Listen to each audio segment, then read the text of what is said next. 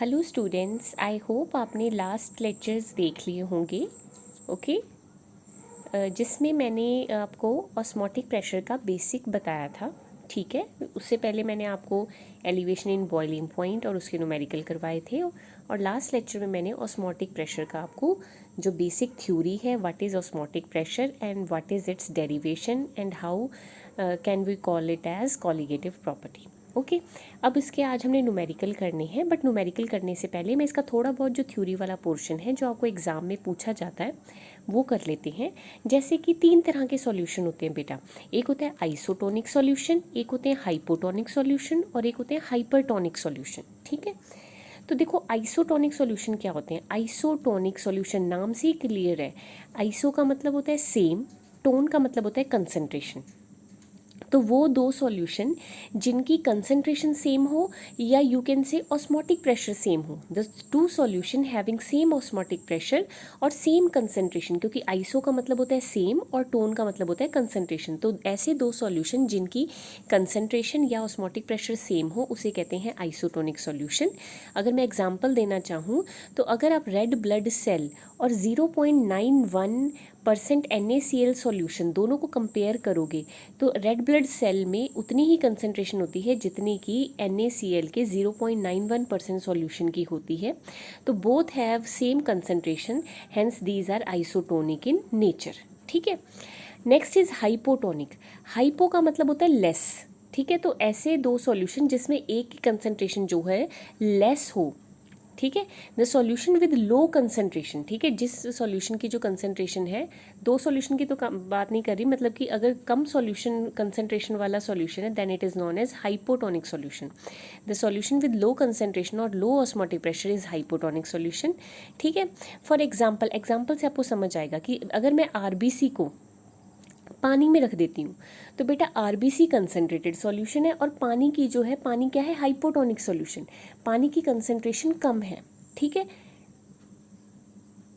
तो क्या होगा, अब देखो, मतलब पानी की कंसंट्रेशन कम है, मतलब पानी में सॉल्यूट की कंसंट्रेशन कम है, जिसके कारण क्या होगा बेटा, अब ऑस्मोसिस होगा। ऑस्मोसिस में क्या होता है, पानी की मूवमेंट होती है, कहाँ से मूवमेंट होती है, जहाँ पानी ज़्यादा होता है उस तरफ से, जहाँ पानी कम है उस तरफ को। तो आरबीसी में पानी कम है, उसके बाहर जो है पानी ज़्यादा है, तो पानी बाहर से अंदर की तरफ मूव करेगा, which will result in swelling and bursting of RBC. अब किसी चीज़ के अंदर अगर पानी घुसना शुरू हो जाए तो बेटा वो स्वेल कर जाएगा और एट लास्ट वो क्या कर जाएगा, बर्स्ट कर जाएगा। इस कंडीशन को कहते हैं haemolysis. Okay, now third is hypertonic solution. Hyper का मतलब अगर आपकी कंसंट्रेशन जो है सॉल्यूशन की वो ज़्यादा होती है। ठीक है, हाइपो का मतलब लेस था, हाइपर का मतलब ज़्यादा।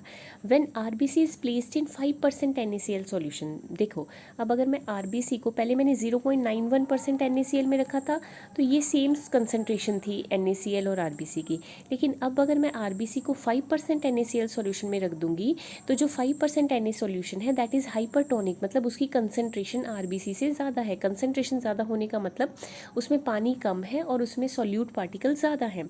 अब क्या होगा बेटा, ऑस्मोसिस होगा। ऑस्मोसिस में पानी की मूवमेंट होती है जहाँ पानी ज़्यादा होता है और उस तरफ से जिस तरफ पानी कम है उस तरफ को।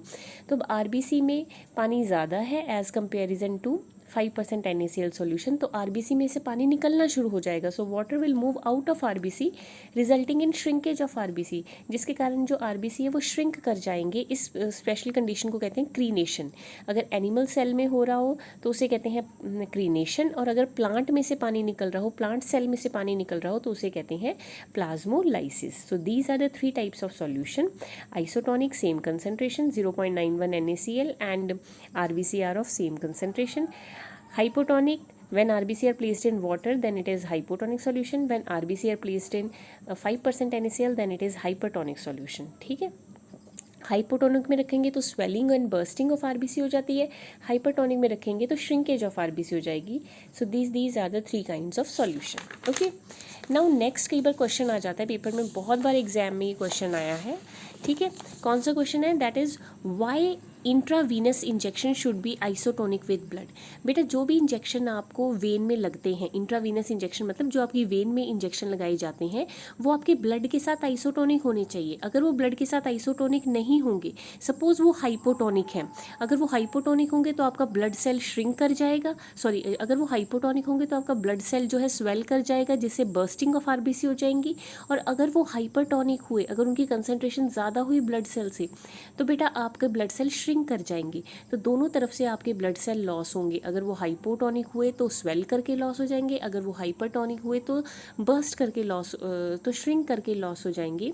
Hence these should be isotonic with blood. Okay, तो ये क्वेश्चन बहुत बार एग्जाम में पूछा गया है। आगे है application of osmotic pressure. Osmotic pressure के फ़ायदे क्या हैं बेटा? ये तो आपने आम अपनी लाइफ में देखा होगा कि जो है water rises in plants due to osmosis. आप जो है पानी जो है आप जड़ों को देते हो, सॉइल को देते हो, तो जड़ों के थ्रू जो है ड्यू टू ऑस्मोसिस पानी जो है रूट्स से एक सेल से दूसरे सेल में जाता है, टर्गर प्रेशर क्रिएट होता है, जिसके कारण एक सेल से दूसरे सेल में ऑस्मोसिस के थ्रू पानी राइज करता है। तो वाटर प्लांट्स में कैसे राइज करता है? Due to osmosis. सेकेंड, आपने आम देखा होगा कि गर्मियों के दिनों में फ्रूट सेलर बार बार अपने फ्रूट्स और सब्जियों पे पानी छिड़कते रहते हैं। वो इसलिए पानी छिड़कते हैं बेटा क्योंकि जैसे वो पानी छिड़कते हैं तो पानी जो है ऑस्मोसिस के थ्रू उनके फ्रूट्स और सब्जियों में जाता है, जिसके कारण उनकी सब्जियां और फ्रूट्स स्वेल कर जाते हैं और वो फ्रेश लगते हैं।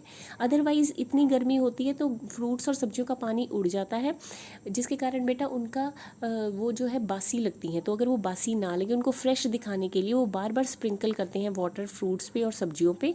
ऐसा इसलिए करते हैं कि अमाउंट ऑफ वाटर आउटसाइड जब बढ़ेगा तो ऑस्मोसिस के कारण पानी फ्रूट के अंदर चला जाएगा and they keep them fresh. ठीक है। तीसरी चीज़ भी आपने घरों में आम देखी होगी कि जैम्स और अचार में, जैम में एक्सेस में चीनी डाली जाती है और अचारों में एक्सेस में सॉल्ट डालती हैं आपकी mother.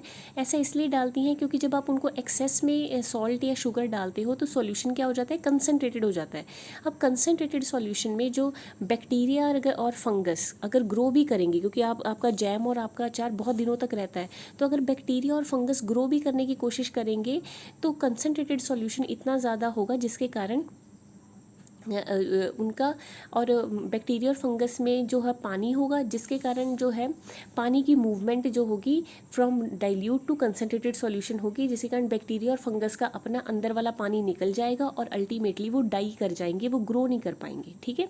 So we can preserve jams and pickles by adding excess of salt और sugar in it because bacteria and fungus can grow only if moisture is present. लेकिन अगर हम सॉल्ट और शुगर एक्सेस में use करेंगे then this solution being highly concentrated can remove water even from fungus और bacteria. तो ये solution इतना कंसनट्रेटेड होता है कि पानी फंगस और बैक्टीरिया में से भी बाहर आ जाता है, so it will not allow them to grow. ठीक है। So these are the benefits और एप्लीकेशन ऑफ ऑस्मोटिक प्रेशर कि पानी जो है प्लांट्स में राइज करता है due to osmosis. Fruit seller अपने फ्रूट्स को फ्रेश रखने के लिए ऑस्मोसिस का सहारा लेते हैं। And the last one is कि हम जैम और पिकल्स जो है प्रिजर्व कर लेते हैं due to osmosis by adding excess of salt और sugar. And the next term is very important, most of the time ये एग्जाम में पूछी गई है। What is reverse osmosis? Reverse osmosis क्या होता है बेटा? आपने प्रेशर अप्लाई करना है सॉल्यूशन वाली साइड से, जिसके कारण क्या होगा कि जो मूवमेंट ऑफ सॉल्वेंट है वो उल्टी डायरेक्शन में होगी। मतलब solvent will move from solution to solvent side. पहले मैंने आपको क्या कहा था कि ऑस्मोसिस में क्या होता है, सॉल्वेंट की मूवमेंट होती है from dilute toward concentrated solution. Means जहाँ पे मोर वाटर है वहाँ से लेस वाटर की तरफ ऑस्मोसिस में मूवमेंट होती है सॉल्वेंट की। लेकिन अगर मैं उल्टी डायरेक्शन से, रिवर्स साइड से प्रेशर अप्लाई करूँगी तो सॉल्वेंट की जो मूवमेंट है वो रिवर्स डायरेक्शन में शुरू हो जाएगी। This is known as reverse osmosis. और इस टेक्निक का आप यूज़ करते हो desalination of sea water, sea water में से नमक रिमूव करने के लिए और सी वाटर को ड्रिंकिंग पर्पज़ के लिए यूज़ करने के लिए जो है हम रिवर्स ऑस्मोसिस का सहारा लेते हैं। अगर आपके घर में फ़िल्टर लगा होता है तो फिल्टर पे लिखा होता है आर ओ का मतलब होता है रिवर्स ऑस्मोसिस की। रिवर्स ऑस्मोसिस की हेल्प से ये जो है पानी में से सारे जो सॉल्ट एंड जो हार्मफुल जो आयंस है वो रिमूव कर रहा है और पानी को फिट बना रहा है पीने लायक। ठीक है। तो this is reverse osmosis. Okay, तो this is all about the theory of osmotic pressure. Now in next video we will discuss the numericals of osmotic pressure. Thank you.